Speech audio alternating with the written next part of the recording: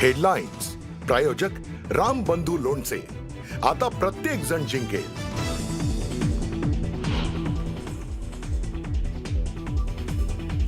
स्थानिक स्वराज्य संस्थांच्या निवडणुकीचा मार्ग मोकळा. निवडणूक कार्यक्रमावर कोणतीही स्थगिती नाही. सुप्रीम कोर्टाचा महत्त्वाचा आदेश. येत्या 21 जानेवारीला पुढील सुनावणी. निवडणुकीमध्ये पैशांचा नुसता पाऊस नाही तर अतिवृष्टी सुरू. मतांची बोली लावायची बाकी राहिलंय. उद्धव ठाकरेंचा सरकारवर खडाघात.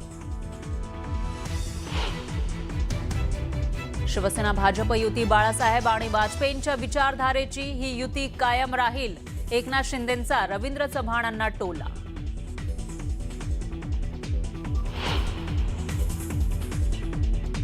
नगर परिषद नगरपंचायत निवडणुकीच्या प्रचाराची मुदत वाढवली. 1 डिसेंबरच्या रात्री 10 पर्यंत उमेदवारांना करता येणार प्रचार.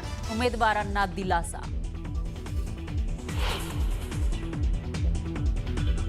कोकणात राणे बंधूंमधील संघर्ष टोकाला. जे करायचं ते करा. माझे हात स्वच्छ आहेत. नितेश राणेंच्या टीकेवर निलेश राणेंचा पलटवार. भास्कर जाधव यांना मातोश्रीवरून समज. चिपळूणमध्ये रमेश कदम यांचा प्रचार केल्यानं तणावाचं वातावरण.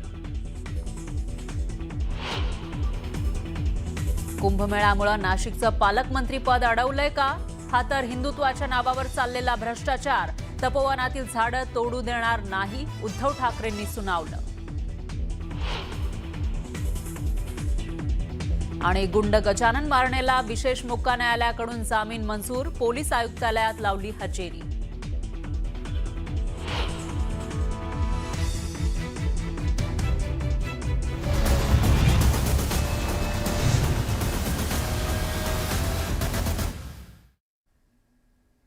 नमस्कार, मी फराह खान. तुम्ही बघताय महाराष्ट्राचा number 1 Marathi news channel news 18 Lokmat. आणि प्राईम टाईम बुलेटिन मध्ये पुढच्या तासाभरात आज दिवसभरातल्या सर्व महत्त्वाच्या घडामोडी आपण बघणार आहोत. सुरुवातीला बातमी आहे नगर परिषदेच्या आखाड्यातून. नगर परिषद निवडणूक प्रचारामध्ये आश्वासनांचा महापूर आला आहे. सत्ताधाऱ्यांकडून अक्षरशः आश्वासनांची बरसात केली जाते. त्याचा प्रत्यय जनतेला सुद्धा येऊ लागलाय. जनतेमधून मागणी आली की नेते आश्वासन देऊन मोकळे होतात. पण यापूर्वी दिलेल्या आश्वासनांचं काय झालं असा प्रश्न जनतेला पडलाय. लोकांची मागणी आहे. इथे रोजगार नाही मिळत. इथे MIDC पाहिजे. जागा द्यायला तयार आहे. तर शब्द देऊ मी त्यांना. हा मग बघा ना तर आदेश गडबड करायचं नाही. सामंजी इथं अमोल खताळच्या संगमनेरला मी आलोय आणि त्यांची मागणी आहे MIDC पाहिजे. लोक इथे जमले आहेत. त्यांचा सर्वे आणि ह्याचा विषय सिटी सर्वे झाला नाही तर तेवढा करून द्यायचा एक आदेश झाले. जनतेला आश्वासन देण्यासाठी जणू सत्ताधाऱ्यांमध्ये चढाओढ लागली. कुणी MIDC सुरू करण्याचं आश्वासन देतंय तर कुणी सिटी सर्वेचं आश्वासन देतंय. सत्ताधारी एवढे उदार का झाले असा प्रश्न तुम्हाला पडला असेल तर त्याचं उत्तर दडलंय नगर परिषद आणि नगरपंचायत निवडणुकांमध्ये. राज्यात निवडणूक प्रचाराचा धुरळा उडालाय. त्यामुळे सत्ताधाऱ्यांकडून आता आश्वासनांची खिरापत वाटली जाते. नुकताच यवतमाळच्या पांढरकवडामध्ये उपमुख्यमंत्री एकनाथ शिंदेंची सभा झाली. त्यावेळी MIDC सुरू करण्याची मागणी करण्यात आली. त्यानंतर भाषणादरम्यान शिंदेंनी उद्योगमंत्री उदय सामंतांना फोन लावला आणि मग पुढे काय घडलं ते तुम्हीच पहा. उदय सामंतजी, मी इथं पांढरकवड्यात सभेत आलोय. लोकांची मागणी आहे. इथे रोजगार नाही मिळत. इथं MIDC पाहिजे. जागा द्यायला तयार आहे. नक्की आपण आचारसंहिता लागली की ताबडतोब कारवाई त्याची करून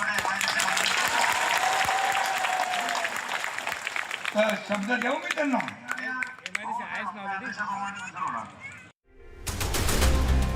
अशीच मागणी अहिल्यानगरच्या संगमनेरमध्येही करण्यात आली होती.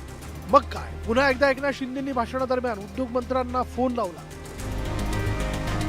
उदय सामंजी इथं अमोल खताळच्या संगमनेरला मी आलोय आणि त्यांची मागणी आहे MIDC पाहिजे.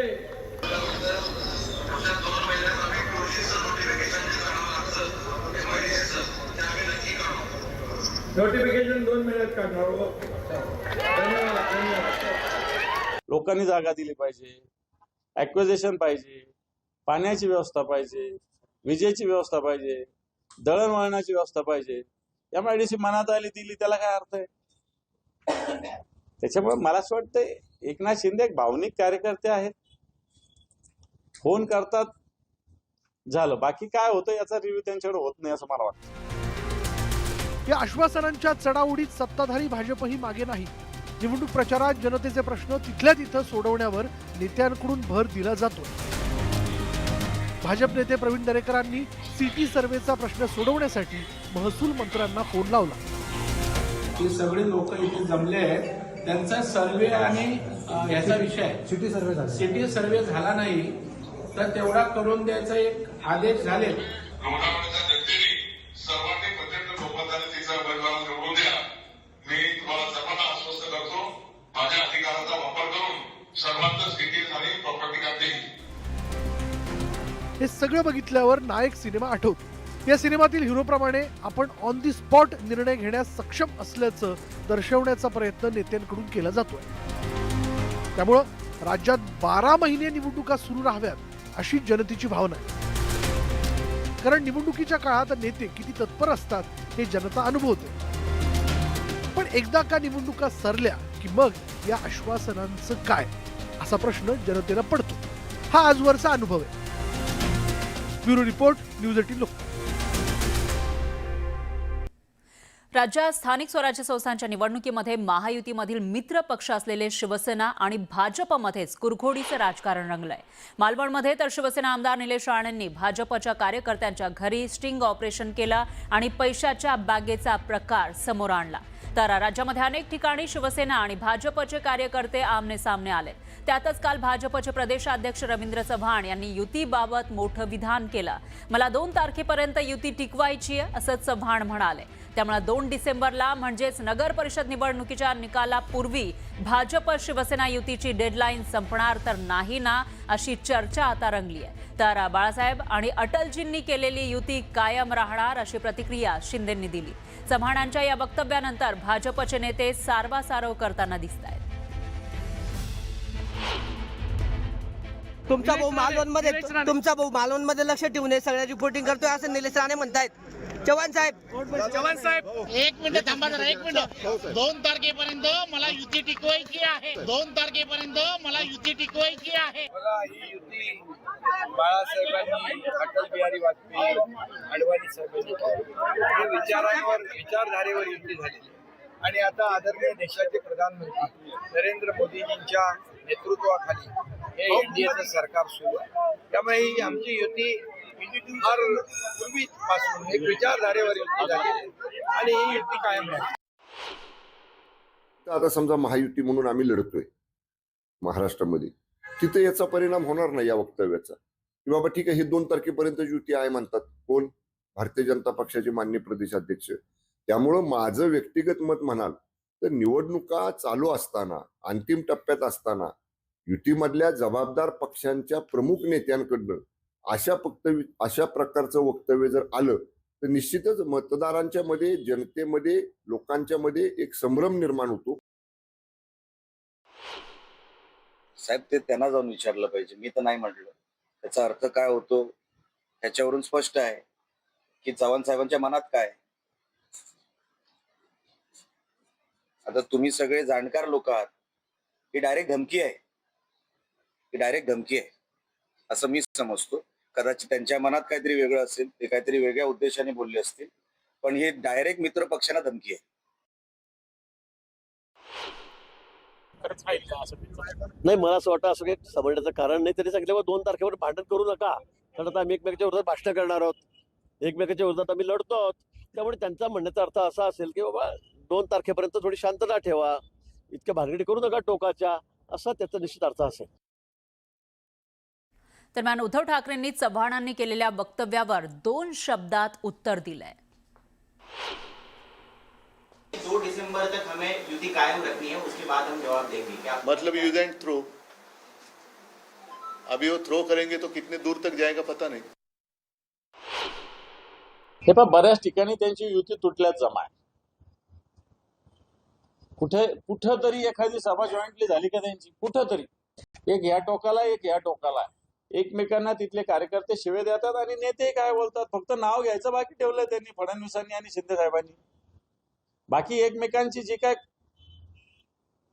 कपडे काढायचे त्यांनी काढलेले आहेत. तर दुसरीकडे निलेश राणेंच्या मालवणमधील स्ट्रिंग ऑपरेशन नंतर राज्याचं राजकीय वातावरण चांगलं तापल्याचं दिसतंय. निलेश राणेंच्या आरोपावर भाजपकडून सुद्धा प्रतिउत्तर देण्यात आलं आहे. मंत्री आणि भाजप नेते नितेश राणे यांनी देखील निलेश राणेंच्या या धाडीवर भाष्य केलं आणि हमाम में सब नंगे होते हैं असा टोला लगावला होता. त्यावर आता निलेश राणेंनी प्रतिउत्तर दिलंय.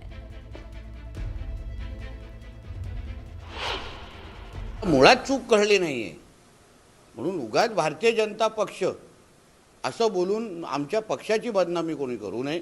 जो नियम आम्हाला लागतो तो नियम उद्या सगळ्यांना लागणार, हे वाक्य सगळ्यांनी नोंद करून ठेवावं. हमाम में सब नंगे होते म्हणून निवडणूक आयोग, पोलीस खातं सखोल चौकशी, निपक्ष चौकशी करेल. तुमच्याकडे सगळं काय आहे ना, तुम्ही विचारताय का ही धमकी का? करून टाका जे करायचंय ते. आणि भिजलेला माणूस हा कोणाला घाबरत नसतो, पावसाला घाबरत नसतो. जर मला हे सगळं करायचंय तर मला खात्री आहे की माझ्या बरोबर काय काय होणार आहे ते. म्हणून मला किती जरी काही तुम्ही स्टेटमेंट उलटे सुलटे देऊन माझ्यावर किती आरोप करायचा प्रयत्न केला, माझे हात स्वच्छ आहे. तुमचे हात स्वच्छ व्हावे यासाठी हा निलेश राणेचा प्रयत्न. दरम्यान अंबरनाथ बदलापूर नगर परिषद निवडणुकीच्या प्रचाराची जोरदार रणधुमाळी सुरू आहे. यामध्ये पुन्हा एकदा गणेश नाईक आणि एकनाथ शिंदेंमधील वाद उफाळून आलाय. प्रवासात कोणी सोबत आलं तर त्याला सोबत घेऊ, गाडीत अडचण झाली तरी अडचणही सहन करू, पण कोणी बाप होण्याचा प्रयत्न करत असेल तर त्याला बाप दाखवू